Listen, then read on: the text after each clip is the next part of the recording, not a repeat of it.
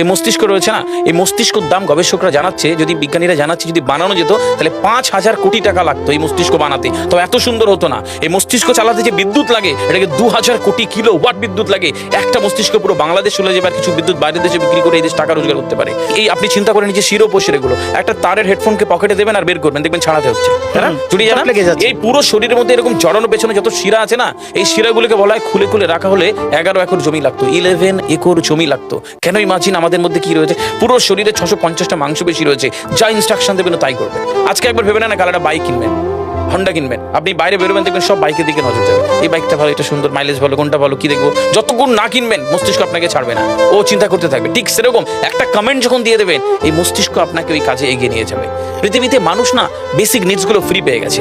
ভাবুন তো একবার, পৃথিবীর সবচেয়ে লাক্সারিয়াস ড্রিঙ্কের নাম জানেন? পৃথিবীর সবচেয়ে লাক্সারিয়াস ড্রিঙ্কের নাম হচ্ছে পানি। পানি, জল। যদি 5,000 টাকা লিটার কিনতে হতো তাহলে মানব জাতি কয়দিন বাঁচত?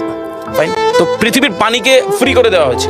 অক্সিজেন, একটি গবেষণা জানায় সারাদিনে একটা মানুষ যত অক্সিজেন নেয় এই টাকা দিয়ে কিনতে হতো তাহলে 3.5 লক্ষ টাকা লাগতো একদিনের। শুধু রাত হয় বলে আপনাকে কত টাকা ইলেকট্রিসিটি বিল দিতে হয়, তাই না? ফ্রি পেয়েছি আমরা। সারাদিনে যতবার অক্সিজেন নেই, শ্বাসটা নিই, 17,609 থেকে 23,608 বার।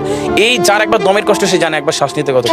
তাহলে বেসিক নিডসগুলো তো ফ্রি, আর বাকি জিনিস আল্লাহ সুবহানাহু ওয়া তাআলা দিয়ে দিয়েছে।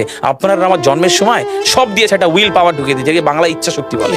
এই ইচ্ছা শক্তির বলে আপনি এখান থেকে বেরিয়ে কালো বলে চুরি ধরতে পারেন, আবার অভুক্ত মানুষকে একবেলা খাওয়াতে পারেন। এই দুটোর জন্য আপনার বিচার হবে আর আপনার জীবন একদিকে যাবে। বুঝতে পারে, ফিল করতে কেন দেওয়া হয়েছে। আমরা বেশিরভাগ মানুষ দেখবেন নামাজে দাঁড়ানোর সময় চিকন একটা ঘেমো গন্ধওয়ালা পোশাক করে নামাজে দাঁড়ায়, বিয়ে বাড়ি যাচ্ছি হেভি ফিটফাট করে। কখনো এটা ভেবে নামাজে দাঁড়ায়নি যে আল্লাহ সুবহানাহু ওয়া তাআলার সামনে দাঁড়াচ্ছি, যিনি আমাকে সৃষ্টি করেছেন, আমার রবের সামনে দাঁড়াচ্ছি। এই ফিলটা হয় না।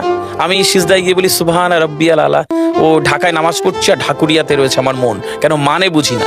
আমরা তাকবীরে তাহারিমা করি আল্লাহু আকবার, আল্লাহ সর্বশ্রেষ্ঠ, ফিল করি না। যখনই না ফিল করবেন তখন অনুভূতি আসবে না। সূরা জুমার আয়াত নাম্বার 9 খুব সম্ভবত আল্লাহ সুবহানাহু ওয়া তাআলা কোরআনে বলছে যে জানে আর সে জানে না, দুটো ব্যক্তি এক হতে পারে না। সুতরাং বুঝতে হবে। হাদিস শরীফে আমরা সবসময় পড়ি না যে শহীদের রক্তের তুলনায় জ্ঞানীর কলমের কালি অনেক বেশি মূল্যবান। কেন বলেছে? ফিল করতে হয়। এই ফিল যখন কেউ করবে তখন তার জীবনটা বদলে যাবে।